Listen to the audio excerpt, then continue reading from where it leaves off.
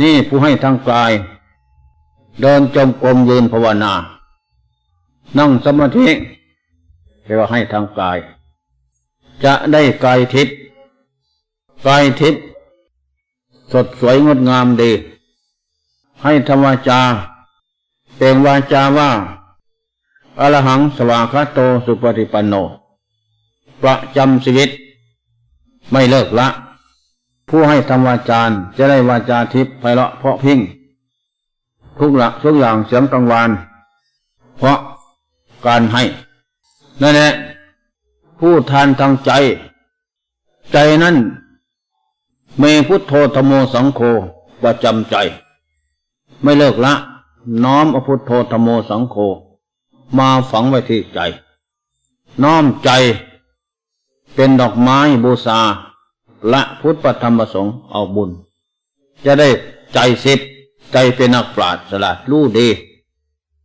นั่นแหละใจพ้นจากความวิบัติหยาบช้าละมกกลายขึ้นไปเป็นใจปราชญ์ชาติเมธีใจดี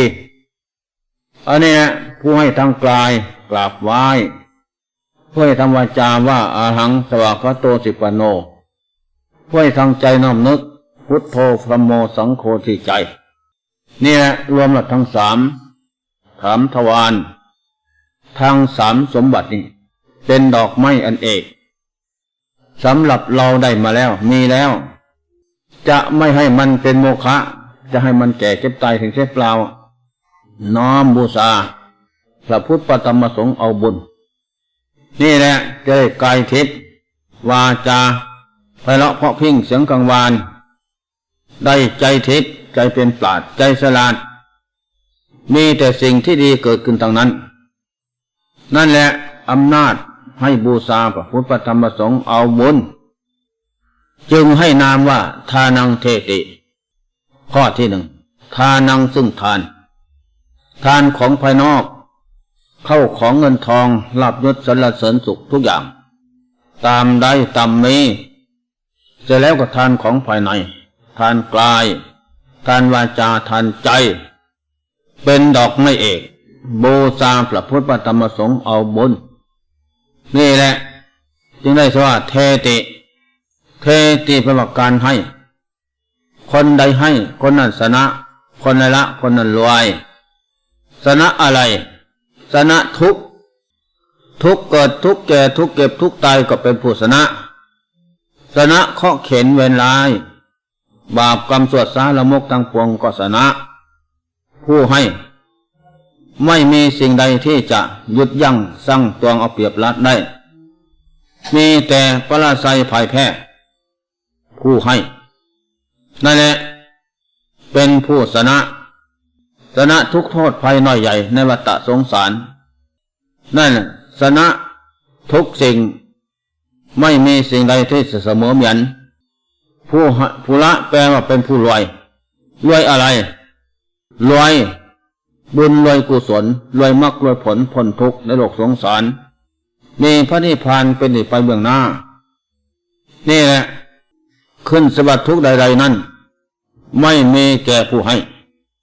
เป็นผู้ชนะหมดเสียสิ้นนี่ข้อสำคัญ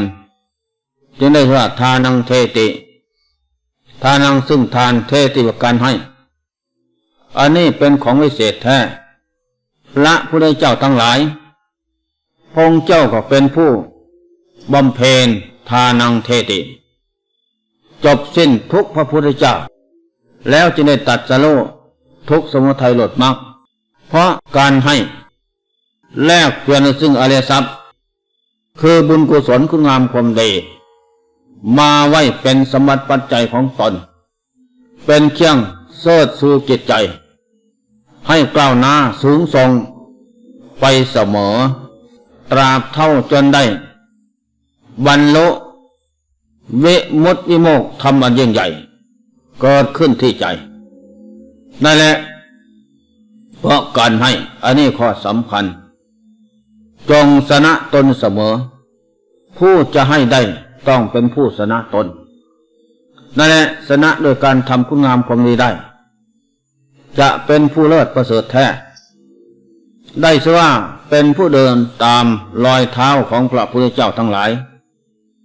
เมื่อเดินตามรอยเท้าแล้วจะไปไหนเล่าแวะซ้ายแวะขวาลงล้างไม่มีแต่กลงไปสู่สันติสุขความพ้นทุกข์คือพระนิพพานอันนั้นเป็นเป้าหมายเป็นสมบัติปัจจัยเลิศล้ำเป็นเป้าหมายของผู้ให้ผู้บำเพ็ญคุณงามความดีเกิดขึ้นทุกเมื่อนี่แหละจงเป็นผู้ให้อย่าได้ละเลิกอย่าได้ลดละให้เสมอมันจึงเป็นไปอย่าผู้ย่อท้อใจต้องยกจิตใจขึ้นสู่ของดีคือพุทโธธัมโมสังโฆยกจิตใจขึ้นสู่บุญกุศลคืองามความดีพร้อมเพรียงอยู่ทุกเมื่อเป็นผู้ชนะเป็นผู้ให้พร้อมอย่างนั้นและเป็นผู้ชนะตนเสมอก็พลอยที่จะเป็นไป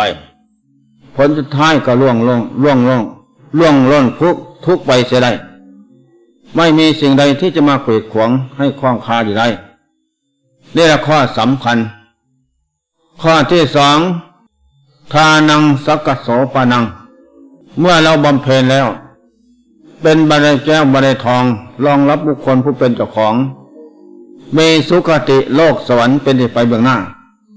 สวรรค์มนุษย์สาโลกสวรรค์เทวโลกสวรรค์พรหมโลกสวรรค์เยี่ยมคือพระนิพพานเป็นที่ไปจอดยั่งยึดโยสถานเยี่ยมคือพระนิพพานนั้นนี่แหละเพราะผลทานส่งผลให้ข้อที่สามทานังสักกโสปปังผลทานการกุศลทำแล้วไม่เลิกละชีวิตเป็นแดนไม่เลิกละเพราะเห็นชอบว่าเป็นบุญเป็นกุศลพาพ้นทุกข์นอกนั้นไม่มีจะปรารถนามนุษย์สมบัติสวรรค์สมบัตินิพพานสมบัติและคุณสารสมบัติใดนั้นก็สำเร็จเพราะบุญกุศลทั้งนั้นนอกจากบุญกุศลแล้วไม่มีสิ่งใดที่จะช่วยเหลือเกลี้ยกล่อมอุดหนุนให้พ้นทุกข์ได้นั่นแหละอันบุคคลผู้ให้ทานังสักกโสปปังไปว่าบาปยังบาปทั้งหลายเกิดขึ้นแล้วเผาผลาญให้เลิกลานเล่าร้อนตำหน้าตำตาอับอายขายหน้ากลางโลกไม่ได้ตามใจหมายทั้งหมดทีนี้เมื่อเราบำเพ็ญทานสะสมบุญให้เกิดขึ้นบุญนั้นก็ย่อมชนะเสียซึ่งบาปเพราะบุญนั้นมีกำลังมากกล้าแข็งกว่าบ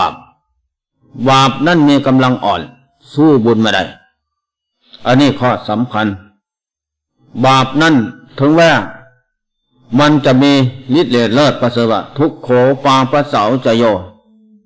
การสะสมซึ่งบาปนั้นนำมาซึ่งความทุกข์ร้อนแต่เมื่อเราสะสมบุญให้เกิดมีแล้วบุญนั้นย่อมกำจัดให้หมดเสียสิ้นไม่เหลือเศษอยู่ได้เปรียบเหมือนกันกับไฟบาปเหมือนกันกับไฟเป็นของร้อนไฟนั้นไม่มีอคติธรรมทั้งนั้นเจ้าของและไม่ใช่เจ้าของมันก็ไม่ทั้งนั้นสมบัติปัจจัยของเจ้าของไม่หมดเป็นของดีไม่มีอคติทั้งนั้นกลงไปกลงมาแต่แล้วเมื่อเราสะสมบุญเกิดขึ้นบุญนั้นย่อมกำจัดให้ขาดไปหมดไปเสียสิ้นนั่นแหละจะปรารถนาใดก็สมเด็จดังใจหมายเพราะบุญมีแล้วเปรียบเหมือนกันกับเราที่มีเงินทองเข้าของอยู่ในจับเปล่าเต็มแล้ว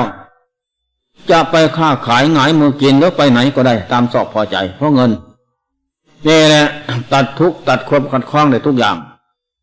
ได้แหละบุญเปรียบเหมือนกันกับน้ำเป็นของเย็นเขาใสสะอาดเราจะอาบและกินบริโภคก็อ่อนโยนสบายล่าเริงบันเทิงใจดีอันนี้สันใดบาปจะมีกำลังเรี่ยวแรงแข็งแรงต่อต้านทำลายให้ย่อยยับอย่างไรก็ตามเถอะเมื่อเราเทกบุญลงไปนั้นคือน้ำเปรียบเหมือนน้ำสะสมบุญให้เกิดพร้อมไฟนั่นก็คือบาปเป็นของร้อนโสกปรกก็พลอยที่จะหมดไปสิ้นไปได้ดับไม่มีเสียโดยบัญญัติเป็นอสังขตธรรมอสังขธาตุอสังขตปัจจัยไม่มีเหตุปัจจัยน้อยใหญ่จะมาก่อกวนลำควรให้เป็นทุกข์อีกเพราะ เราทำลายด้วยการสะสมบุญอันนี้ข้อสำคัญจงเข้าใจแล้วจงสะสมไว้ให้มากบวชมานี่45 ปี16ก็พิจารณาแล้วมีแต่บุญเท่านั้นสิช่วยเหลือเกื้อกูลอุดหนุนให้ล่วงพ้นผ่านทุกข์ไปได้นอกนั้นไม่มีอันนี้ข้อสำคัญนะข้อที่4ทานังโหตุหาลิกังกำจัดเสียซึ่งความยากไร้เข็ญใจและทรัพย์อปัญญาอย่างในศาสตร์นี้เสวยวิบากความทุกข์ยากไร้อยู่ในศาสตร์นี้ผู้สะสมแล้วถึงทานนั้นก็กำจัดหมดเสียสิ้นความอยากไร้เข็ญใจนั้นหมดไม่มีเป็นเสียแล้วเลยบัญญัติหมดเสียนั่นแหละต่อไปโลกหน้าไม่มีหมดสิ่งที่ก่อเกิดเรากำเนิดเลี้ยงทุกข์นั้นไม่มีเพราะทำลายด้วยบุญกุศลทานศีลภาวนาแล้วอันนี้ข้อสำคัญนั่นแหละข้อที่5ทานังพุทธานาโคจรังขึ้นชื่อว่าทานกันกุศลบุคคลให้แล้วไม่ขาดวันคืนปีเดือนสะสมอยู่เป็นนิดเอาชีวิตเป็นแดนทั้งภายในภายนอกต่อเนื่องเหมือนลูกโซ่ไม่ขาดสายให้ภายในภายนอกไม่เลิกละเอาชีวิตเป็นแดนเป็นที่ดำเนินสรรเสริญแห่งพระพุทธเจ้าทั้งหลายที่เป็นอดีตล่วงมาแล้วอนาคตยังไม่มาถึงข้างหน้าโน้นปัจจุบันอยู่นี่นั่นก็สำเร็จเพราะทานนามัยวุญสำเร็จการให้ทานทั้งนั้นนอกนั้นไม่มีนี่แหละข้อสำคัญจงตั้งใจสะสมให้พร้อมเสมออานิสงส์ผลรายได้มี5ข้อการให้ทานนั้นนั่นแหละจงปลูกศรัทธาความเชื่อปราศรัทธาความเลื่อมใสใกล้ในธรรมมะคำสอนพระเจ้าดึงลงไปที่จิตใจกับกายอย่าให้ภาคจากกันให้เป็นสัมพันธมิตรกันอยู่เสมอในการสะสมนั้นให้เป็นผู้ชนะตนอยู่เป็นนี้เมื่อชนะตนแล้วก็ไม่แค่วจากสิ่งที่มุ่งหวังไม่แค่วจากที่ดีเลิศประเสริฐคือบุญกุศลมรรคผลธรรมวิเศษย่อมเกิดมีได้แก่ผู้มั่นใจใฝ่ใจสะสมอยู่เป็นนิดอันนี้เป็นข้อที่1ข้อที่2ศีลังละคติศีลแปลว่ารักษากายวาจาใจเรียบร้อยดีไม่มีโทษที่พึงขะนินทาพวกท่านทั้งหลายมาบวชเป็นศิษย์พราหมณ์วันนี้ก็เพราะขึ้นอยู่กับหลักของศีลเป็นเครื่องประดับเป็นอาภรณ์สง่าสวยงามคนที่มีศีลธรรมแล้วเรียบร้อยใบหน้าก็ดูสุขสวยงามกิริยามารยาทก็เรียบร้อยพูดจาบางทีก็อ่อนโยนไม่กล้าแข็งเหมือนคนที่ทุศีลไม่มีศีลนั่นพูดจาบางทีเหมือนกันจะกัดกันทิ้งนั่นแหละกิริยามารยาทก็กล้าแข็งไม่น่าสมนี่ศีลศีลังโลเกนุตตโลศีลเป็นเยี่ยมในโลกศีลังจันทนังตะคลังวะปิศีลังคันโทนุตตโลกลิ่นของศีลนั้นหัวหอมหวนทวนลมได้ที่ใต้ทิศเหนือหอมหื่นซื่นใจอย่างนั้นนั่นแหละไม่เหมือนจริงพฤกษาชาติต่างๆพฤกษาชาติต่างๆนั้นทนลมไม่ได้จะรู้ว่าหอมหรือเหม็นนั้นต้องไปอยู่ทางใต้ลมจึงจะรู้ได้นี่แหละข้อสำคัญจงมั่นใจน้อมเอาศีลธรรมคำสอนพระเจ้าศีล5ศีล8ศีล10 227มาไว้เป็นเครื่องประดับกายวาจาใจเรียบร้อยสง่าสวยงามงามเบื้องต้นคือกายเพราะศีลเป็นเครื่องประดับงามท่ามกลางคือวาจางามเบื้องปลายคือใจนี่แหละกายวาจาใจเมื่อเอาศีลธรรมมาเป็นเครื่องประดับแล้วนั่นจะเป็นผู้สวยงามดีเลิศประเสริฐแท้จงตั้งใจนึกใส่ใฝ่ฝันทุกวันคืนศีลของเรานี่มันมีอยู่หรือไม่มันเศร้าหมองหรือผ่องใสก็ให้รู้กวดคนดูยุกทุกวันคืนเสมออย่าให้มันเศร้าหมองให้ศีลผ่องใสคือใจนั่นแหละข้อสำคัญที่อานิสงส์ได้ผู้รักษาประพฤติปฏิบัติให้เรียบร้อยแล้วนั้นสีเลนะสุขติงยันติพระพุทธเจ้าบอกอานิสงส์ดอกสีเลคือศีลสุขติงยันติสุขติพบที่ดีเป็นไปสวรรค์พรหมโลกนิพพานอันนั้นแหละ ผู้มีศีลเป็นเครื่องประดับกายวาจาใจดีแล้วเป็นพรสง่าสวยงามไปสวรรค์ก็อายุมั่นควรยืนปราศจากทุกโทษภัยน้อยใหญ่มามนุษย์ก็เป็นผู้มีอายุมั่นควรยืนเข้าสู่สังคมใดนั้นก็ไม่มีสังคมใดรังเกียจเครียดชังตัวเองก็มั่นใจพอใจในศีลธรรมของตนที่รักษาประพฤติปฏิบัตินั้นนั่นแหละไม่เก้อเขินไม่กระทบกระทั่งยังใจสมองมีแต่สว่างใสทั้งนั้นเพราะโทษไม่มีอันนี้จงยังศีลให้ถึงพร้อมกับใจนั้นเอามาเป็นเครื่องประดับดีเลิศประเสริฐแท้สีเลนะโภคสัมปทาจะเป็นผู้มั่งคั่งโดยโภคทรัพย์ลาภยศสรรเสริญสุขน้อยใหญ่เทมนุษย์นาคุตอินพรหมโลกสามก็เกิดขึ้นจากศีลถ้าขาดศีลแล้วก็ไม่มั่นคงสิ่งทั้งปวงนั้นนั่นแหละจมวุ่นวายสิบหายวายป่วงหมดเสียสิ้นนี่ข้อสำคัญเพราะศีลไม่มีนั่นแหละสีเลนะนิพพุติงยันตินะนิพพุติงยันติดับเสียซึ่งอวิชชาตัณหาเป็นเครื่องก่อเกิดเอากำเนิดในโลกวัฏสงสารไม่มีวันจบสิ้นได้นั่นให้หมดไปสิ้นไปเสียได้ไม่มีสิ่งใดที่ก่อเกิดนงเหนียวก็เกี่ยวนงเหนียวจิตใจให้ฝังอยู่ในโลกในสงสารมีแต่จะเฟื่องฟูเจริญไปเสมอนั่นแหละทุกวันคืนปีเดือนคล้ายๆกับว่าพระจันทร์ข้างขึ้นผู้เจริญศีลธรรมพระจันทร์ข้างขึ้นเป็นอย่างไรไม่เต็มดวงนานไป2 ค่ำ 3 ค่ำแก่ขึ้น4 ค่ำ 5 ค่ำแก่ขึ้นถึง10 ค่ำก็แก่ขึ้น15 ค่ำเต็มดวงเลยมนเร็วแสงสว่างกระจ่างแจ้งรุ่งโรจน์นี่แหละงานที่เราสะสมบุญคือศีลเป็นเครื่องประดับกายวาจาแล้วก็สะสมไปทีเล็กทีน้อยไม่ขาดวรรคไม่ขาดตอนไม่ขาดวันขาดคืนเอาชีวิตเป็นแดนคุณงามความดีนั้นที่พระเจ้าทรงบัญญัติไว้เมื่อเราเห็นชอบประกอบธรรมทั้งหลายเจริญอย่างนี้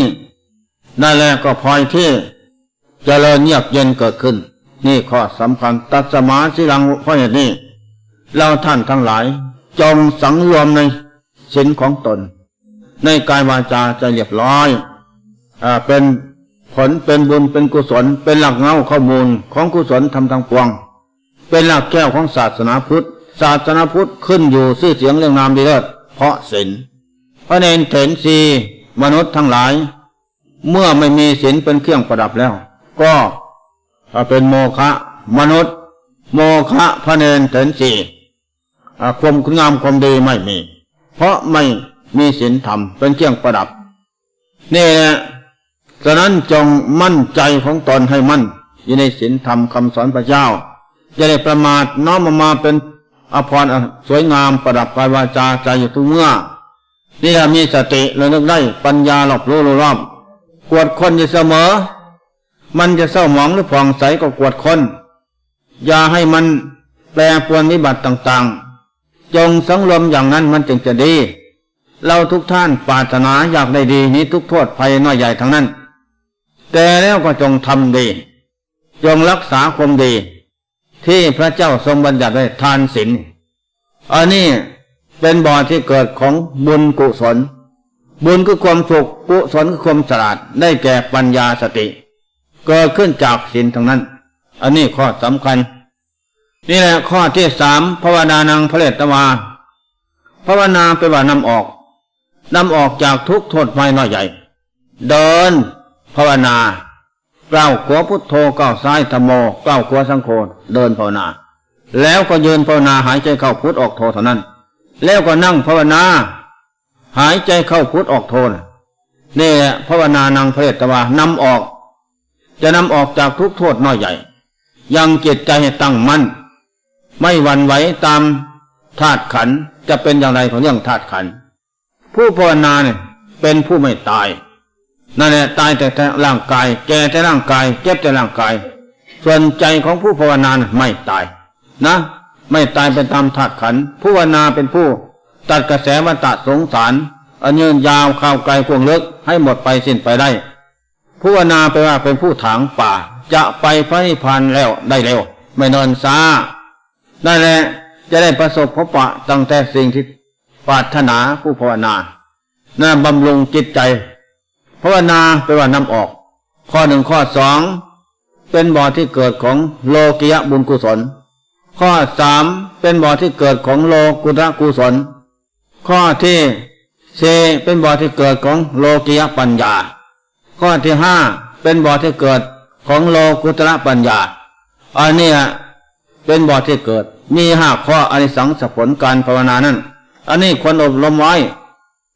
อย่าได้ขาดอย่าแคล้วคลาดจากสิ่งที่ปรารถนา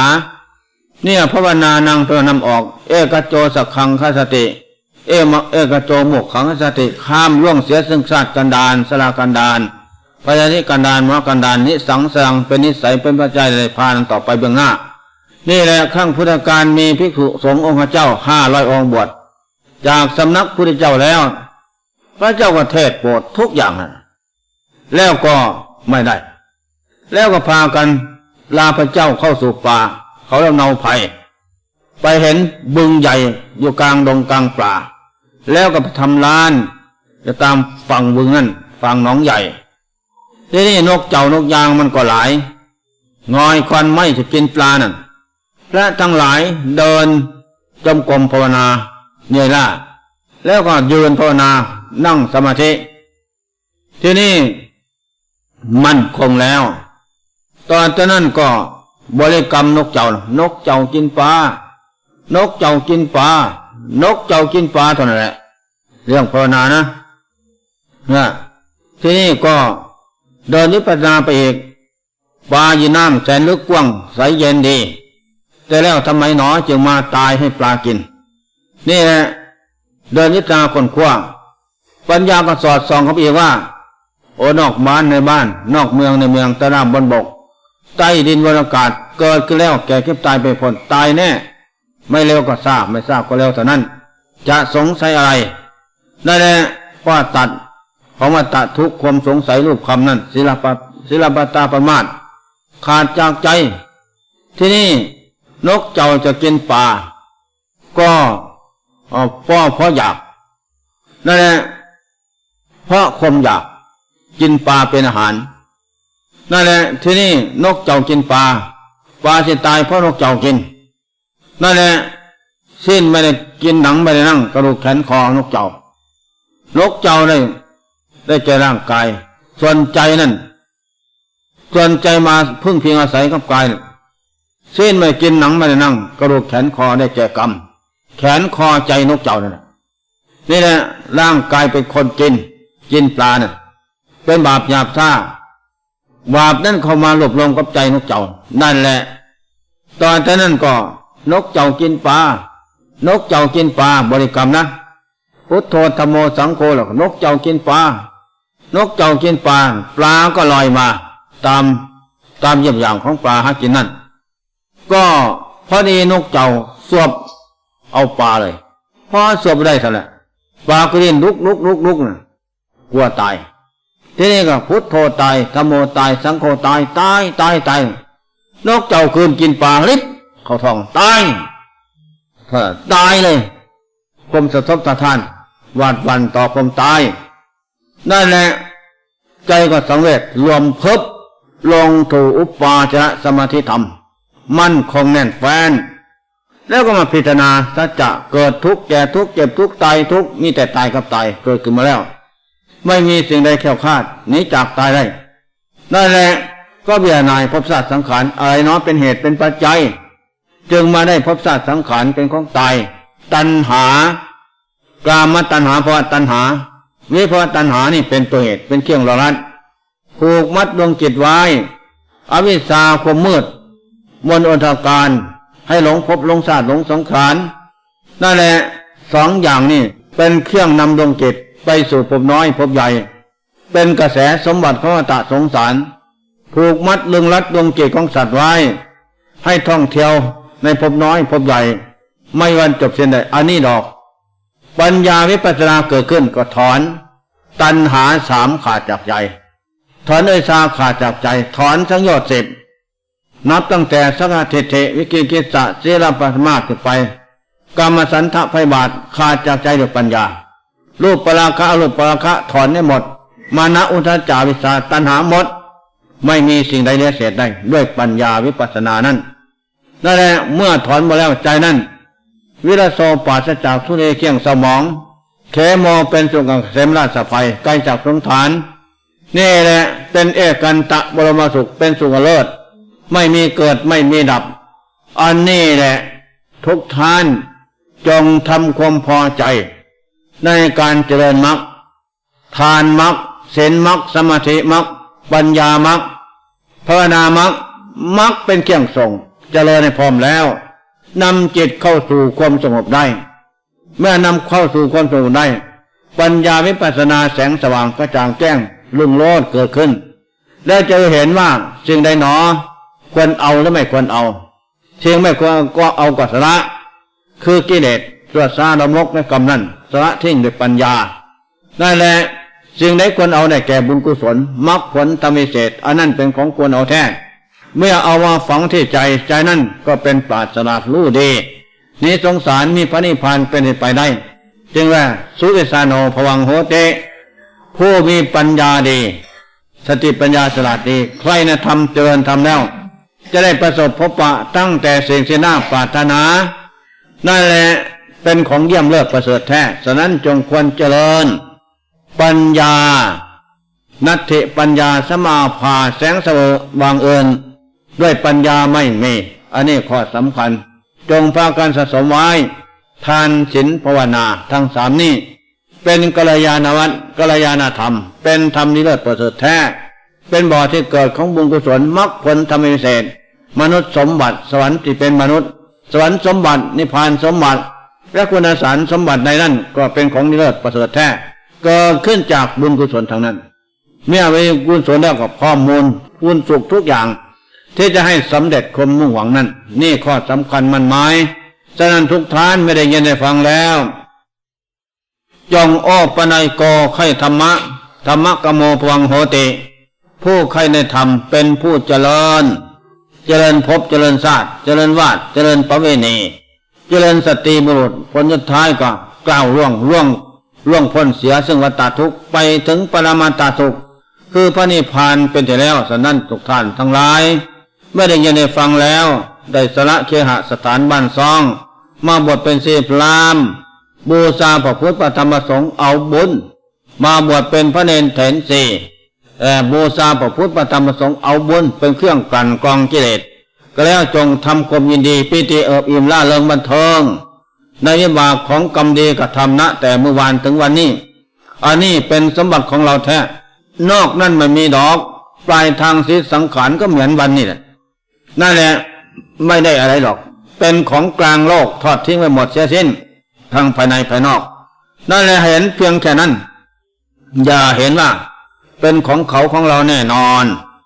นั่นแหละไม่ได้อะไรหรอกได้ก็ได้ตนตั้งแต่เมื่อมีชีวิตเท่านั้นสะสมบุญเกิดขึ้นในตนทุกเมื่อทานศีลภาวนาอันนี้เป็นบ่อนฐานที่เกิดบุญเกิดกุศลคุณงามความดีฉะนั้นเมื่อได้ยินได้ฟังแล้วจงโอปนัยโกนำจิตใจใครธรรมะนำไปประพฤติปฏิบัติฝึกหัดอบรมจิตใจของตนต้องต่อหลักธรรมะต่อจากนั้นไปก็จะเป็นผู้เจริญงอกงามไพบูลย์พ้นสุขในศาสนาธรรมะคำสอนพระเจ้าทุกเทวราตรีการนัยยะดังรับประทานวิสัชนามา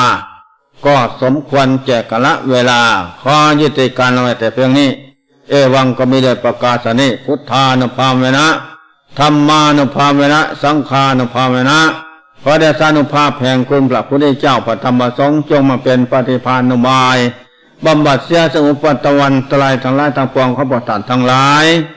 ผู้ใครในธรรมละเคหสถานบ้านซ่อมมาบวชเป็นศิษย์พราหมณ์บูชาพระพุทธพระธรรมพระสงฆ์เอาบุญก็ขอจงบันดาลให้รับความสุขความเจริญงอกงามไพบูลย์ในศาสนาธรรมคำสอนพระเจ้าทุกเทวราตรีการเทินเอวังก็มีด้วยประกาศนีแล